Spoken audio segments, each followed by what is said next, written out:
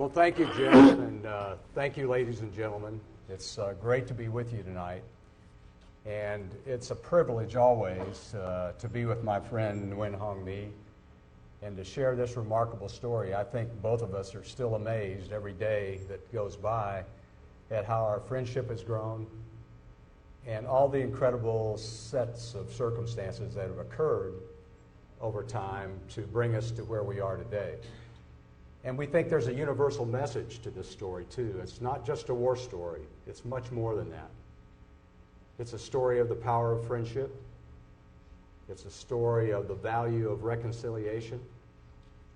And these things, I think, have value to anyone, no matter what your interests are, your age group, or whatever. So we hope you enjoy our story tonight, and I'd like to turn it over now for a moment to my good friend, Nguyen Hong My, to have some words of welcome to you. Năm ngoái tôi đã được đến thăm nước Mỹ và năm nay tôi lại rất vui được gặp lại các bạn ở đây. Và xin gửi lời chào tới tất cả những người có mặt ở đây và tất cả cũng như bạn bè và gia đình, và gửi đến toàn thể các bạn Mỹ nói chung. Last year I had a chance to come to US and I really enjoy the time of being in here. This year I thank you very much for the invitation and the hospitality. I am very glad to be here again, and it's really good to see my friend and all of you in here. All right. And I'd like to also introduce Mr. Hugh Dow. Hugh is a graduate student at Western Kentucky University and in my home of Bowling Green, Kentucky, and Hugh has joined our team to help Hong My and me to tell this story. So again, I hope you enjoy the presentation. What we want to do is talk a bit about our life experiences leading up to our first meeting in combat. I'll show you a short video clip from the History Channel, the Dogfights program, that describes our dogfight far better than I can. And then what happened after that fateful day, what happened to both of us. Our paths were certainly different, both before that day on April 16, 1972, and certainly afterwards. The unlikely reunion that occurred in 2008, and then the double full circle that occurred just last year. We'll surprise you with that, I think. And then what is our message? Why are we out here telling this story? And we have a good reason for that, and I hope you will appreciate that.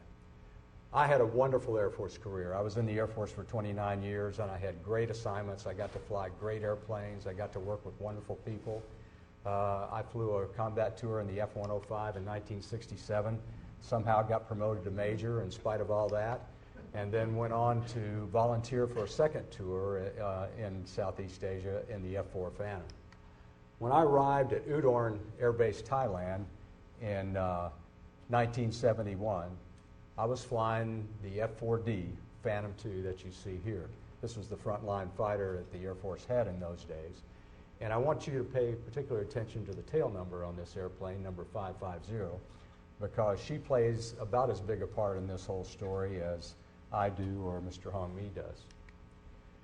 And now, Mr. Hong My, will you describe your career leading up to this point, please? Bác có thể diễn tả được công việc của bác ở trong khu quân Việt Nam từ bức ảnh đó. Năm 1965, lúc tôi đang học đại học thì không quân về các trường đại học tuyển, và tôi được trúng tuyển vào đi học lái máy bay. Và tôi được sang Liên Xô cũ để học lái máy bay. Suốt từ đầu năm 65 đến tháng 3 năm 68 thì tốt nghiệp MiG-21. Following this picture was taken in 1966, 44 years ago, when Mr. Hong My is still very good looking.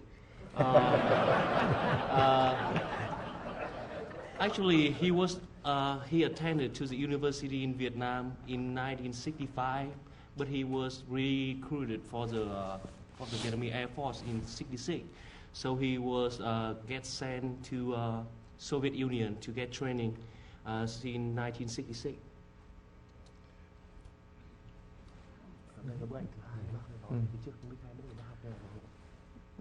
Đây là chiếc máy bay MiG-21 mà tôi đã tốt nghiệp tháng 3 năm 1968.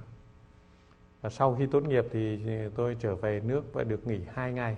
Sau 2 ngày nghỉ thì tôi trực tiếp tham gia để đánh nhau với không quân Mỹ.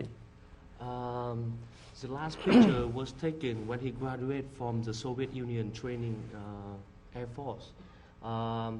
And he actually got back to Vietnam to serve Vietnam Air Force. But he was saying that he had only 2-day break before he go to real combat. Lúc đấy tôi với Dan đang là kẻ thù với nhau. And at that moment, Dan and Mr. Hong My still were enemy. Chỉ tìm cách để tiêu diệt nhau thôi. Try the best to save our country. Okay.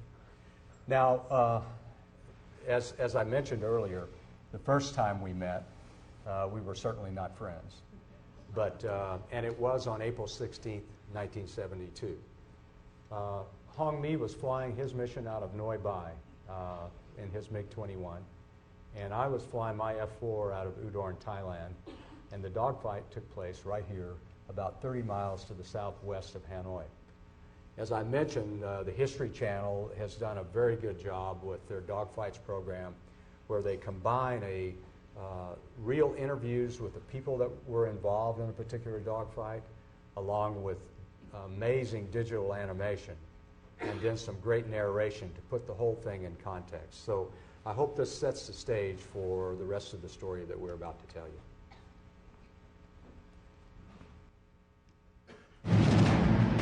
April 16, 1972. American combat forces have been committed to the fight in Vietnam for 8 years. Today, 4 U.S. Air Force F-4 Phantoms, call sign Basco, orbit 18,000 feet above Laos. The Phantoms are waiting to escort B-52 bombers into the heart of North Vietnam in a dramatic escalation of the air war. But there's been a mix-up. The B-52s are still on the ground, and the Phantoms are burning fuel at a rate of 150 pounds per minute. To reduce drag, Flight Leader Fred Olmsted orders the Phantoms to jettison their empty centerline fuel tanks. Still, the reduced weight won't buy enough time. Phantom pilots know that there is nothing that you can do in a Phantom to save that big, beautiful aircraft and burn all the fuel you got. We had to make a decision. Olmsted has 2 choices. Wait for the B-52s and risk running out of fuel, or use their fuel for the flight's secondary mission, hunting for North Vietnamese MiGs.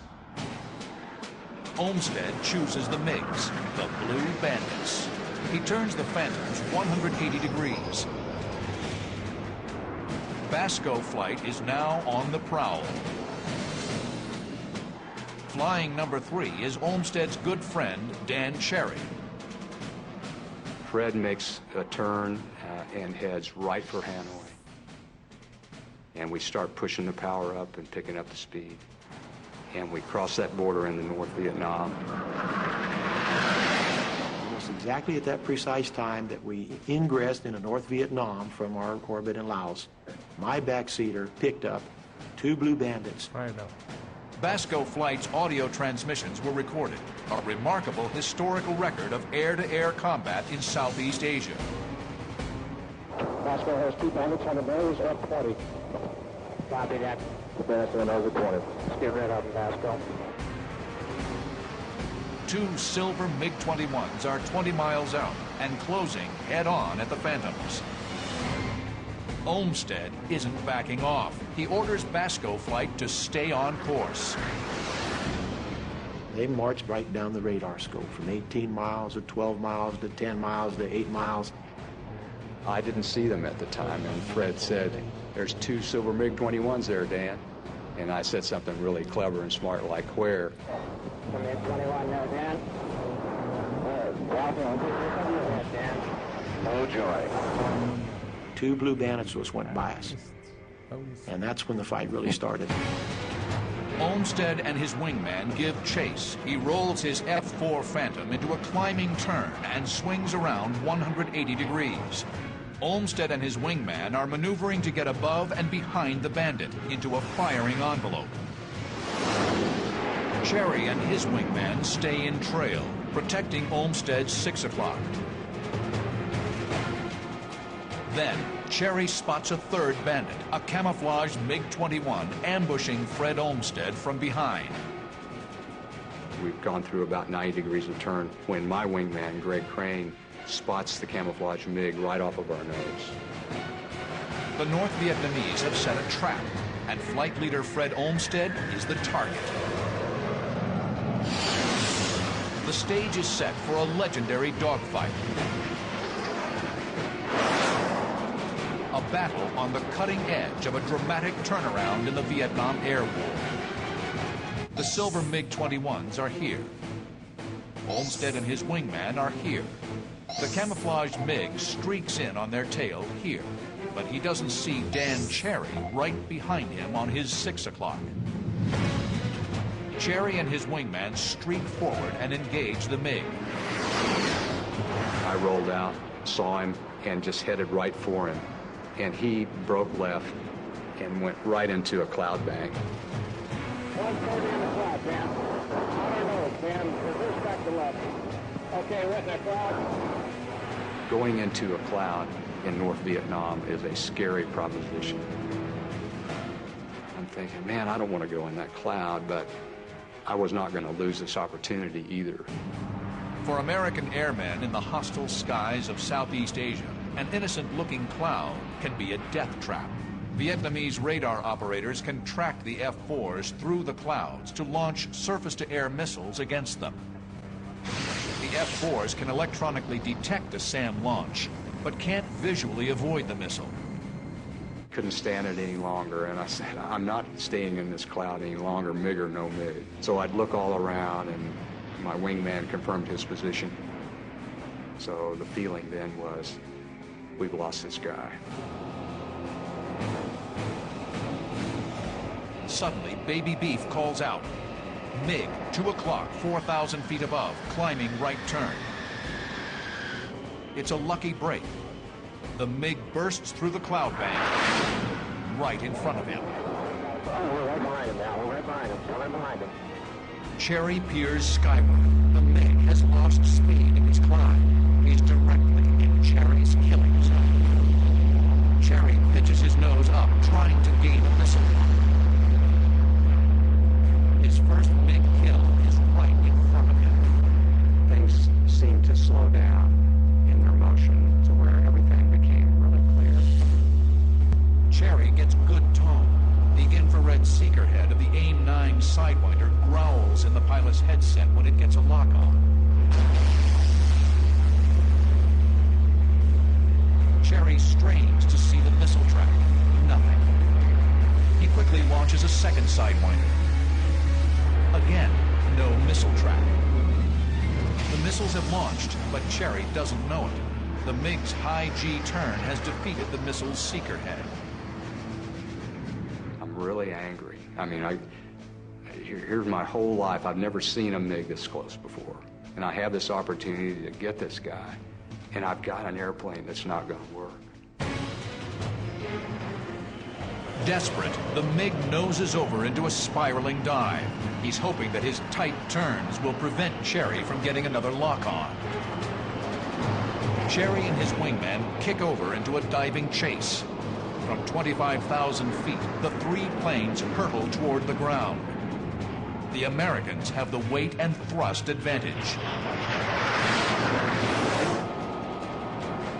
Baby Beef has nosed ahead in the dive. Cherry clears him to take the lead, rolling to the outside, making way for his wingman.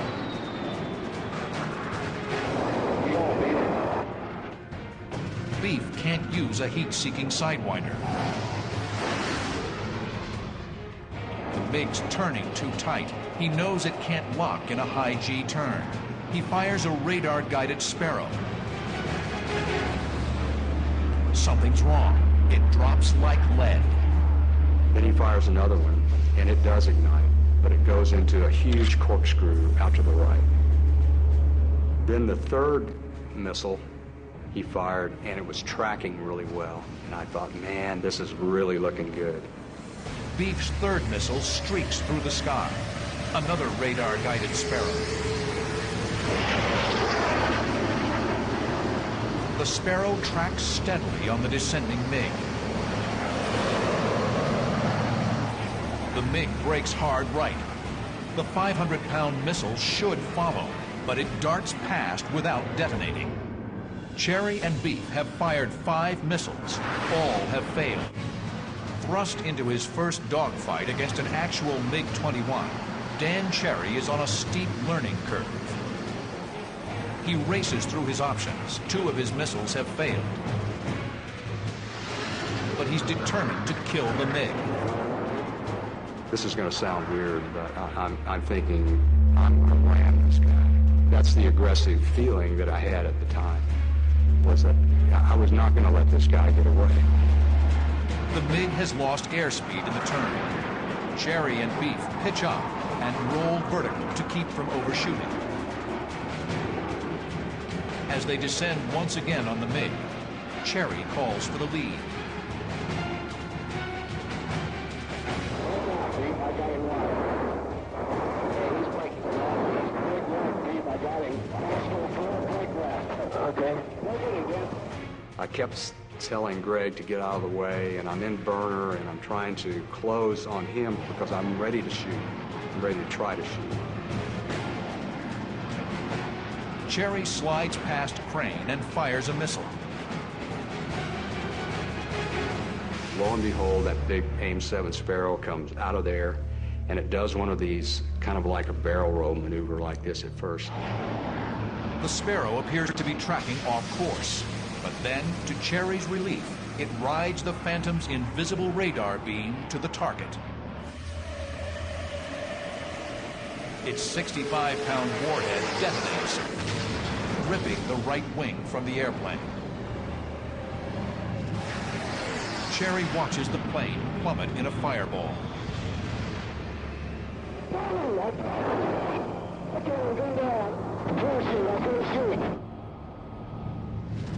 From the flames, the MiG pilot miraculously appears underneath his parachute.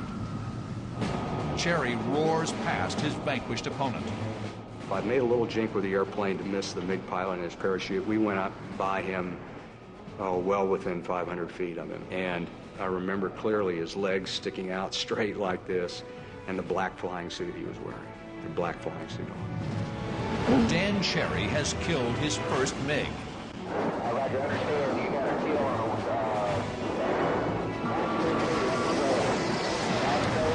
Roger.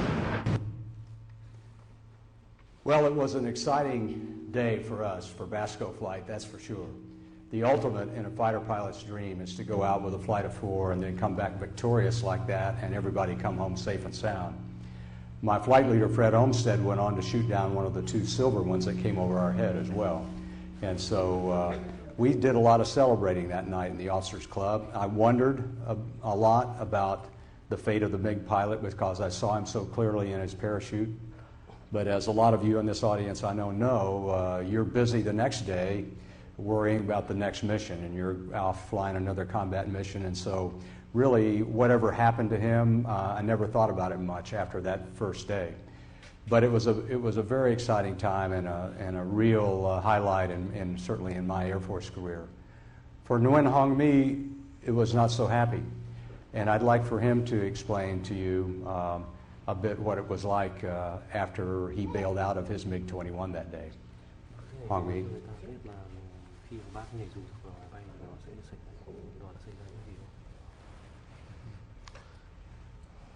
Sau khi đã tránh được 5 quả tên lửa, đến quả thứ 6 thì tôi bị trúng và buộc phải nhảy dù. Sau khi nhảy dù ra khỏi máy bay thì tôi, tức là trong đầu thì có ý định là điều khiển dù để xuống cái vị trí thuận lợi, nhưng mà tay thì không cử động, tức là tay không còn có tác dụng bởi gãy cả 2 tay.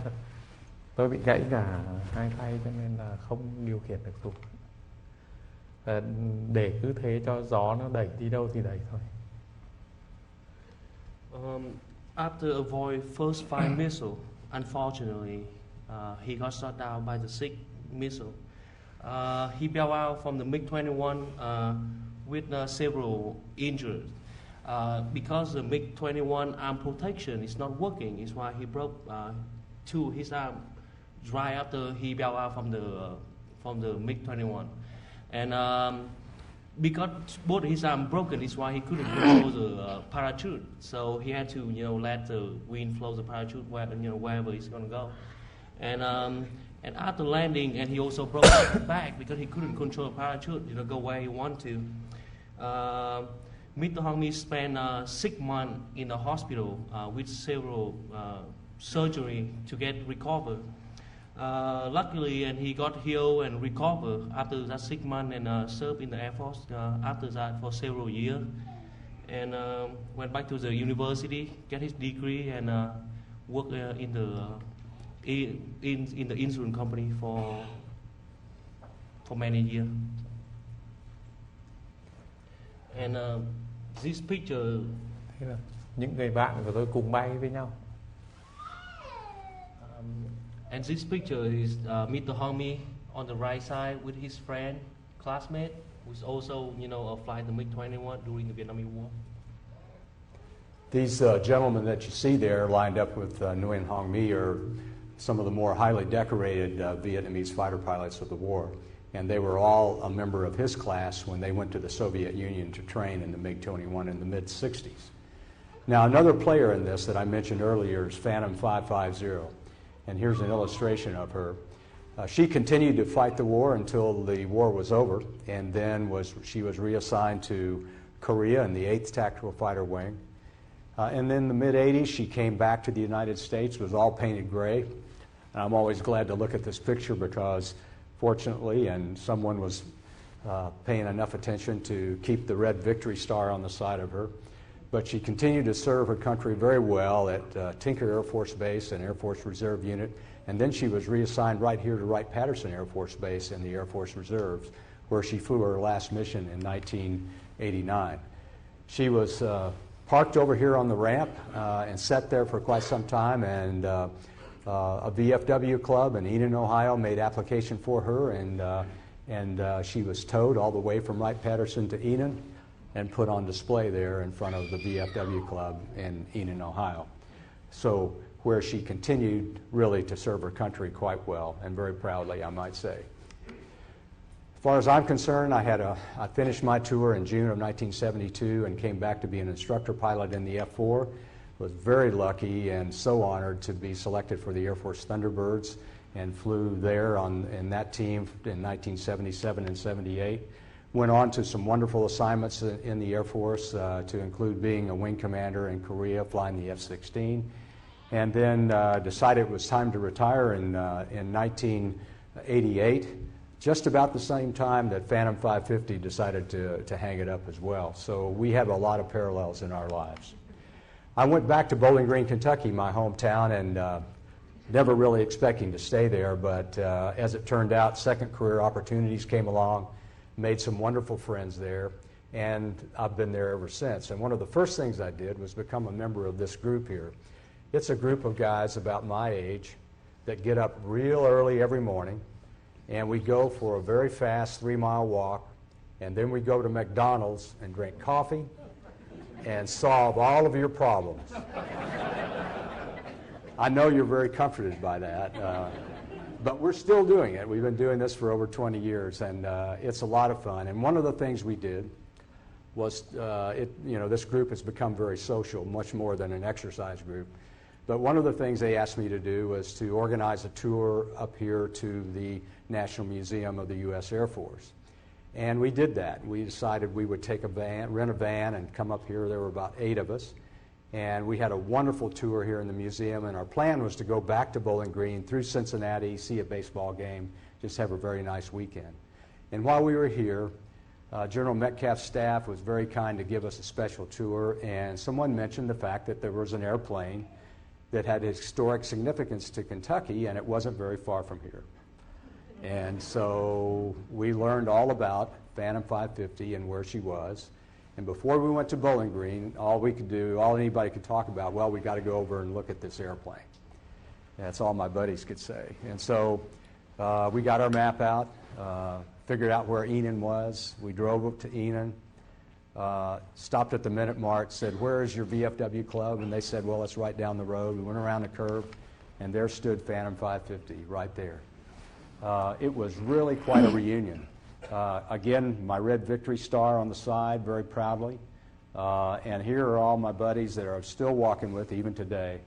But this was the first time I think I ever told the story of the dogfight. I think I'd probably told it to my family, but for some reason it was just the kind of thing you don't talk about much. But since we were very close walking around this airplane and everything, and the guys wanted to hear about it, and I told the general high points of the dogfight. Again, bittersweet reunion. It was great to see her again, wondering what was going to happen to the airplane. And so all the way back, that's all any of us could talk about was this notion of maybe someday that somehow that airplane, we could get it to Kentucky and get it restored and so forth, and take really, really good care of it. But then a bigger idea emerged, and that was, as we did more research, we discovered that there were aviation pioneers that had roots in South Central Kentucky, and nobody had ever heard their stories. Young people didn't know anything about people like Victor Strom from World War II and World War I, and Bert Hall from World War I, who was a member of the Lafayette Escadrille. Had never heard about Johnny Magda of Korean War fame, flying the Panther, who was the leader of the Blue Angels. And all of these wonderful untold stories, we said, well, why not build some sort of a park to be sure younger generations are aware of these wonderful stories, and hopefully then this park and the stories and the artifacts on display there can be an inspiration to young people and actually turn it into an educational facility. And basically that's what we did. We got the support of our city and county government. We coordinated closely with General Metcalf and his staff. And suddenly, the next thing we know, we have a tiger by the tail. We've gotten permission to take possession of the airplane. And in December, early December of 2005, Phantom 550 was dismantled here, and you can see a little ice on her nose. And it was really cold. We got that done, but again, on December 7th in 2005, she rolled into Bowling Green, Kentucky on 2 flatbed trailers. We got busy right away cleaning her up and putting her back together. And this is what she looks like today. We were able to, with the advice of the museum staff here, take her right back even better than she looked on April 16, 1972. And today she sits proudly on display at Aviation Heritage Park in Bowling Green, Kentucky. Now, going through all of that process, the fate of the MiG pilot, of my adversary, came more and more into my consciousness. I had really put it out of my mind for all those years. But now, being married back up with this wonderful airplane that took such good care of me, caused me to think about who that MiG pilot might have been. What was his name? Did he have a family? Did he really survive that bailout? I did not know the answers to any of those questions. And so we started doing some serious research on it. Made contact with some people in Vietnam through some friends here in the United States, and became aware of a television show in Vietnam.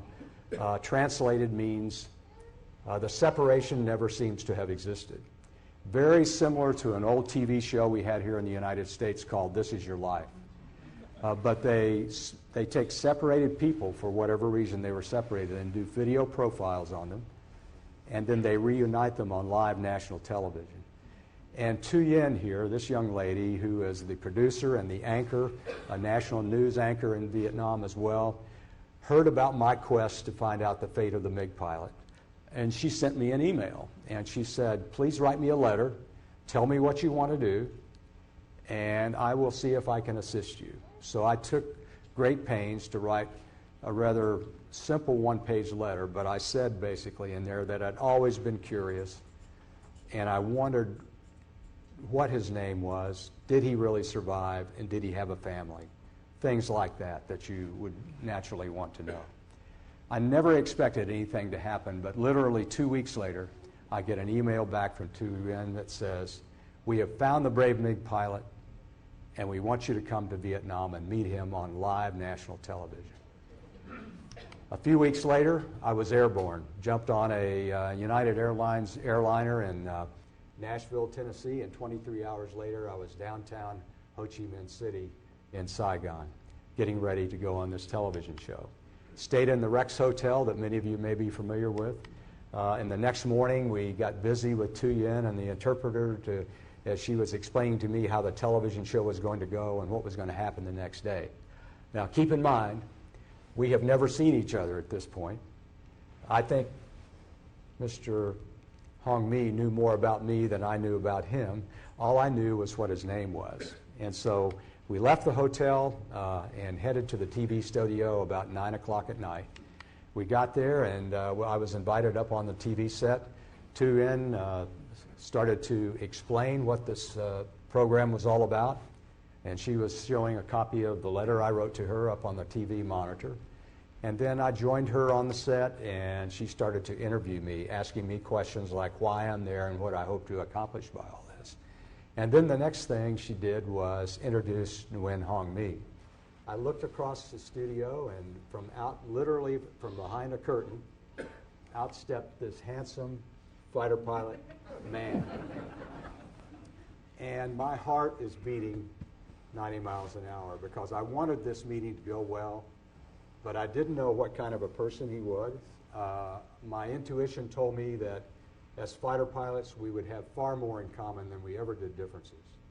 And so I was really looking forward to it, but also I was very apprehensive. We shook hands, and with a very firm handshake, Hong My says to me, "Welcome to my country. I'm glad to see that you're in good health, and I hope that we can be friends." And so the friendship and the chemistry started right there immediately. Now I'd like to ask my handsome, by the way, since he's traveled in the United States and we've been exposed to a lot of media over the last couple of years, his new nickname is Movie Star. And Movie Star, thank you. I would like for you to give the audience your impression of our first meeting. Khi mà bác gặp bóng đèn lần đầu tiên và bắt tay ông luôn. Lần đầu tiên gặp Dan Cherry, thực ra mà nói thì tôi cũng không nghĩ, tức là chưa bao giờ tôi nghĩ là sẽ gặp lại cái đối thủ của mình sau 36 năm. Thế đấy là một điều hết sức, tức là nằm ngoài cái dự kiến của tôi. Và cái điều quan trọng của cái suy nghĩ của tôi tức là bởi vì lúc đấy thì chiến tranh đã kết thúc lâu rồi, cho nên là nhường lại cho tất cả những cái hận thù, những cái đối địch ngày xưa thì bây giờ chỉ còn lại tình bạn. Và mong rằng khởi đầu của tình bạn đấy là giữa tôi và Dan Cherry và cũng như tất cả các cái cựu chiến binh của Việt Nam và cựu chiến binh Mỹ và nhân dân Việt Nam và nhân dân Mỹ.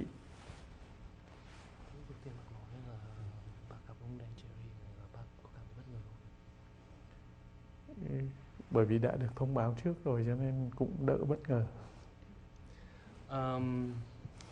Actually, Mr. Hong My was noticed that he got to meet Mr. General Dan Cherry here. So he's not really surprised, but he was really glad to see, you know, to see the pilot who shot him down 36 years ago. He was thinking that, you know, now when the war's end already, we're not enemy anymore. We're just two pilots, want to see each other. You know, see, you know, who is the person, see what his personality is. And actually when he come to the studio and the first time met Mr. Dan Cherry, he would go right away and shake General Dan Cherry's hand because he thinks that right now, you know, when the war's end, we're just friends. During the war, we're enemy. But we're not really an enemy because if you are the enemy, only if you know the person, you hate the person, that's why you become enemy. But you know, he doesn't know, you know, General Dan Cherry. Both of them just try to, you know, serve their country and try to do the best to protect the country. So Mr. Hong My, don't have second thought, just go right away, shake General Dan Cherry hand and want to be a friend with him right at that moment. Cũng như lần năm ngoái, cách đây 1 năm, lần đầu tiên tôi gặp lại John Stein, tức là người đã bị tôi bắn rơi ấy, thì mặc dù chưa ai giới thiệu nhưng mà tôi vừa mới nhìn từ ở ô tô bước ra, tôi chỉ ngay, tôi bảo đúng là John Stein. Thì đúng thật là chưa ai giới thiệu nhưng mà tôi đã nhận ra là người đấy là, tức là nó có như là giác quan thứ 6 ấy, có một cái cảm giác là rất là Mr. Hong My will explain to me that the fighter pilot, they have the feeling when they see the enemy, they will feel it. They will feel the feeling that the enemy is there. After the dogfight, they just see each other and they know who it is. Okay. Well, we continued the interview with Nguyen on the stage there, and one little part about that I'll share with you is she had collected still photographs of my family and Hong My's family ahead of time. And so while we're being interviewed, these photographs are being shown up on the big TV monitor on the wall. And I can see these things. And as photographs of my children and my grandchildren started to show, I got all choked up, tears in my eyes, I couldn't talk, and I was just terribly embarrassed. Here I am in front of my new fighter pilot friend, but somehow the sense of how this whole story could have turned out so totally differently, and how far away from home I was, and what precious treasures my children and grandchildren are, just hit me all of a sudden. And so it was tough right there. I was embarrassed about it, but I finally got myself under control. And then the producer, the anchor, started showing pictures of Hong My's family, and he did the same thing I did. So all of that was okay. After the show was over, we retired to their waiting room, or what they call their green room. And being from Kentucky, I thought only suitable that a little gift of Kentucky bourbon. And Hong My told me just the other day that he has not touched it. It's on display in his home, and I'm not sure I believe that. But and then we're sitting there, and I had a chance to ask him about the badges that he wears. The pilot wings, of course, pilot first class, Vietnam Air Force, and this is called the Ho Chi Minh War Medal. And as he explained to me at this moment, that he was awarded that for shooting down an American airplane in January 1972. I will tell you more about that part of the story as we go on through the presentation. But we went on up to a wonderful hotel called the Majestic Hotel in downtown Saigon, and an open-air restaurant. We drank a little wine, got to know each other a little bit better, and again, our personalities worked right from the very beginning. And while we were sitting there, Hong My asked me, he said, in your airplane, you shoot missile like this or like that? And I see Denny Jarvie back here who flew the F-105. In the 105, you shot your missiles with the button on top of your control stick. And but with the F-4, you have a trigger to shoot the missile. So I told Hong My I used the use of trigger. So he grasps my finger like this, and he goes.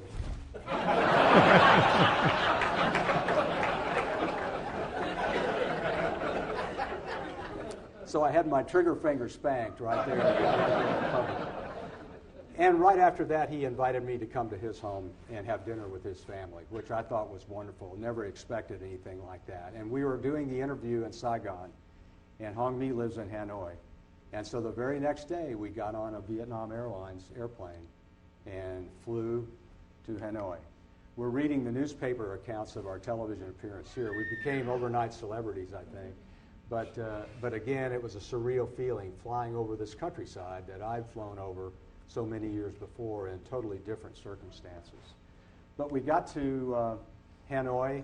As it turned out, we were staying in the Metropole Hotel, and Hong My's home is within walking distance. And he said, I will pick you up at 5 o'clock. Is walking okay? And I said, yes, that'll be fine. And so My traveling companions, a gentleman by the name of Larry Bailey, who's on our board, and then my good friend John Fleck, who is, there he is, John, who's responsible, I might say, for all of this wonderful photography and again, accompanied me on the trip to Vietnam.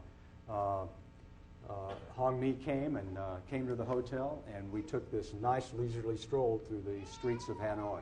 Just a wonderful experience seeing all the old French architecture and the street side, and then all of the motor scooters in that city as well. When we got to Hong My's home, his son came out with his grandson, Duc. Now, Duc, right here, was celebrating his first birthday on this very day. And at this time, Duc was Hong My's only grandchild. And so I went over to the little boy and tried to strike up some sort of a relationship. And the next thing I know, Hong My hands me Duc. And I'm thinking, oh, how far the trust had come between the two of us in that short period of time that he would trust me with his only grandchild. And it was very emotional for me, and again, added to the friendship that was building rapidly. Since then, Grandpa here has been blessed with another grandchild, and let me introduce some very important people here, if I might, to you. His daughter, Zong. Will you stand, Zong? Her husband, Fung.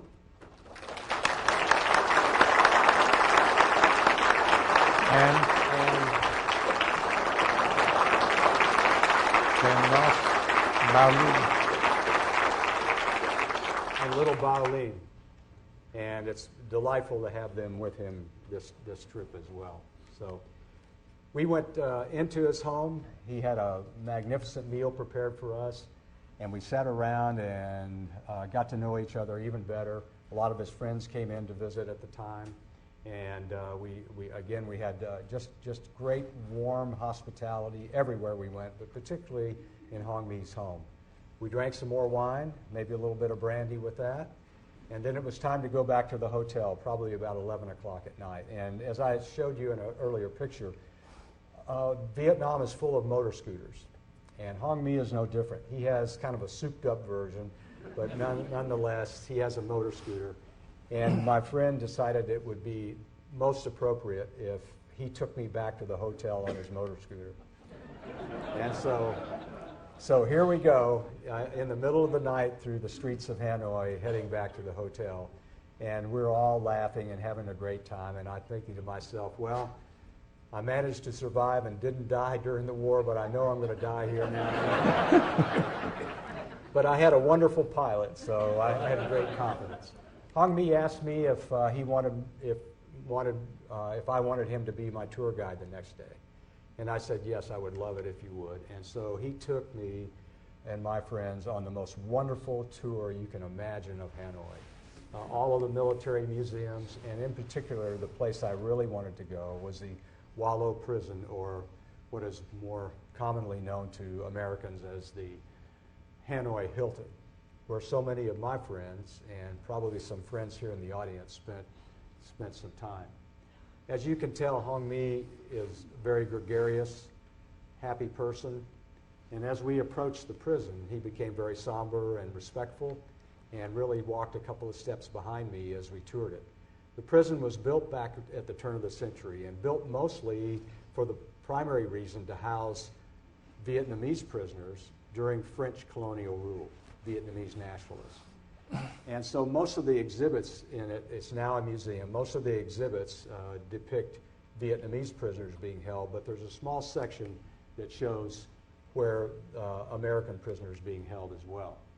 It's not a pleasant place, but I'm so glad I had the opportunity to go to it.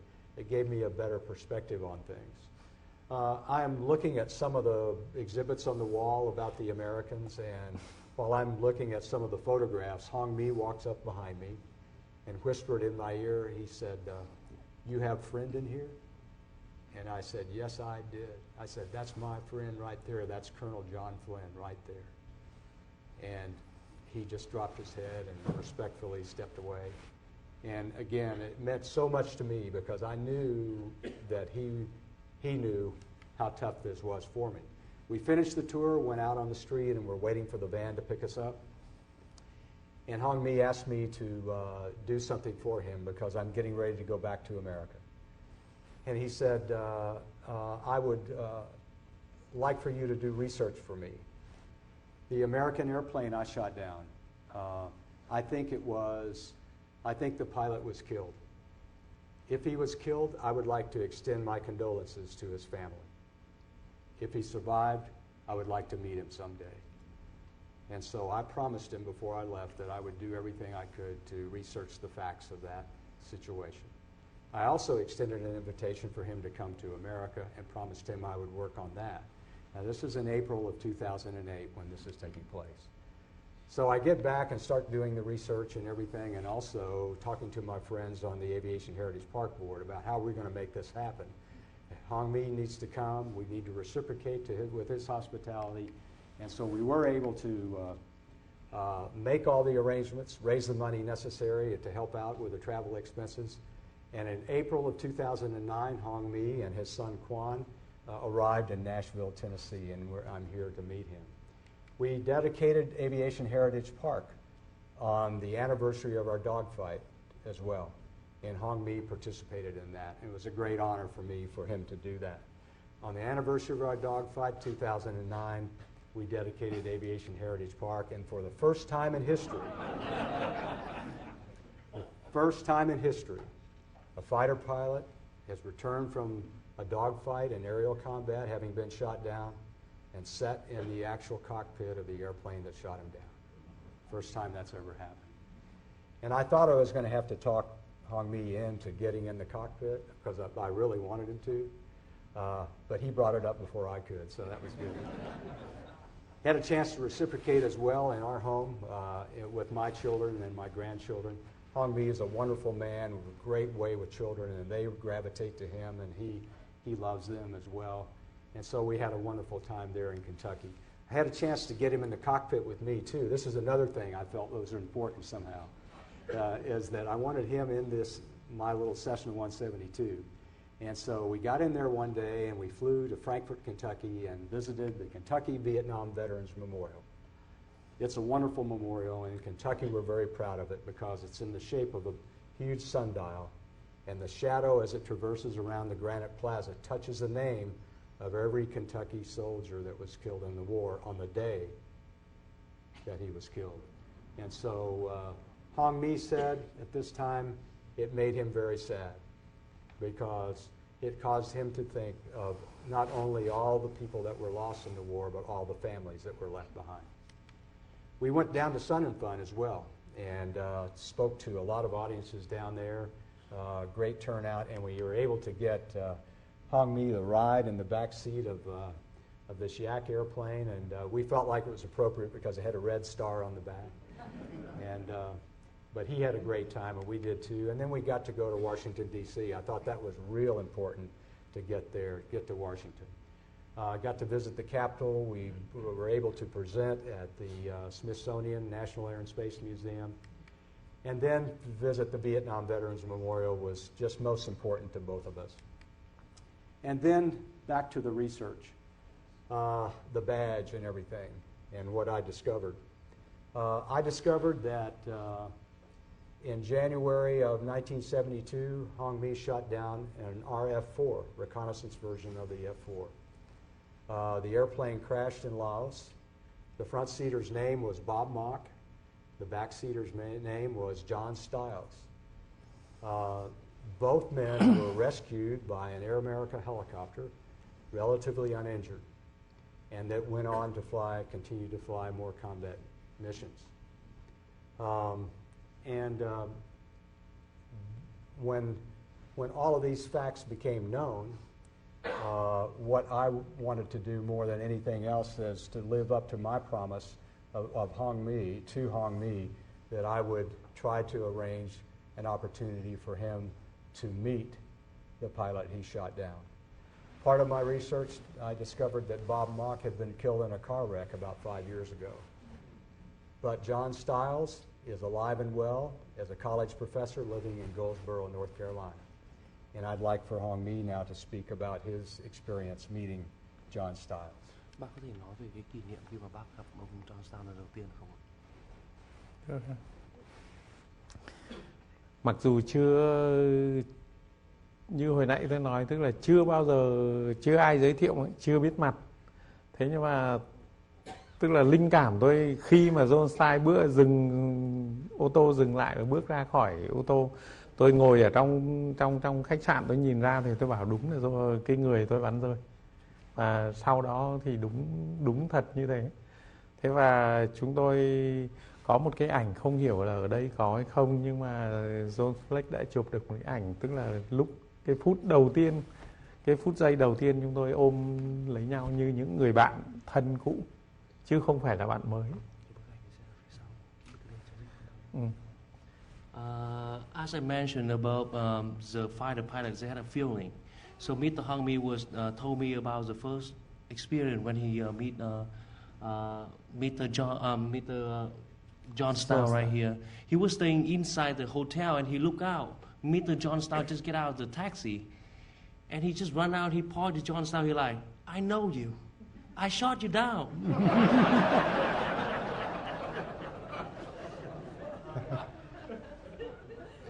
Bác thì nói lại như này, khi mà ông gặp thì bác nắm tay có cảm tưởng gì không?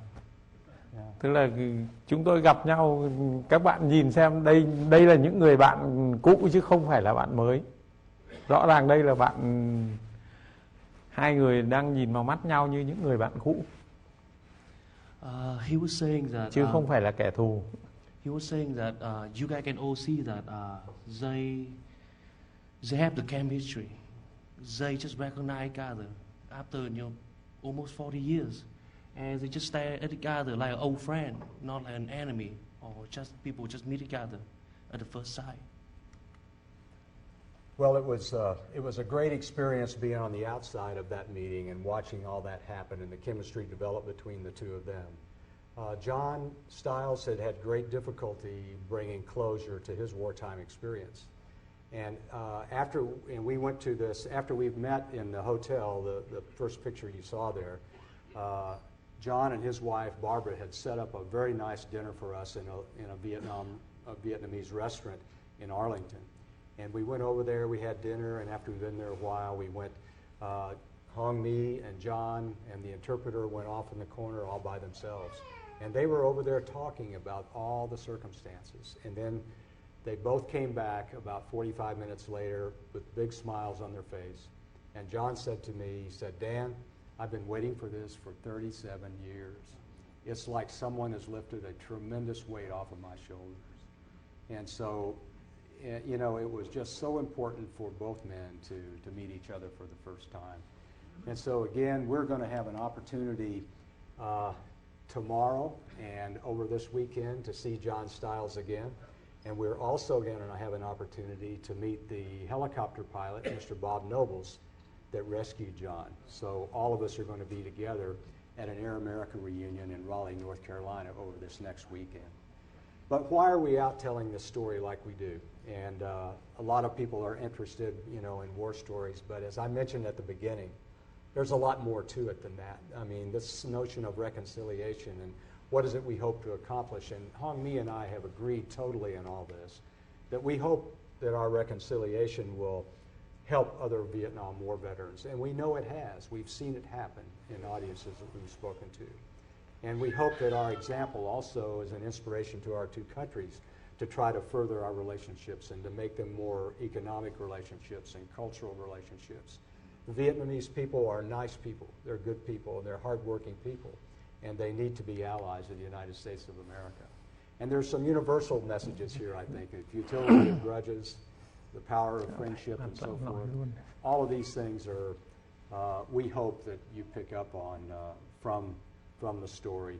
And I hope you'll take a chance to pick up a copy of the book, My Enemy, My Friend. Hong My, do you have any closing comments you'd like to make to the audience? Any words of... Bảo tua lại cái ảnh ba người. Can you go back to the picture with Three. Which one? With you and John Stiles. This one? Đây. Tất cả các bạn nhìn cái ảnh này có lẽ không ai nghĩ rằng đây là cách đây gần 40 năm, đây là những người tìm cách để tiêu diệt nhau. He was saying that when you look at this picture, you cannot imagine that these three persons standing right there is trying to shoot down each other 40 years ago. Mà bây giờ thành những người bạn rất thân thiết And now become a really close friend. và mãi mãi sẽ là những người bạn tốt. And always be a best friend. Well, thank you, Hong My. And ladies and gentlemen, it's been an honor for us to be here tonight. Let me thank General Metcalf and his staff. They've been so gracious to us. And again, to be able to make this presentation in this wonderful place is truly an honor. I thank you for your attention. I hope you've gotten something out of it.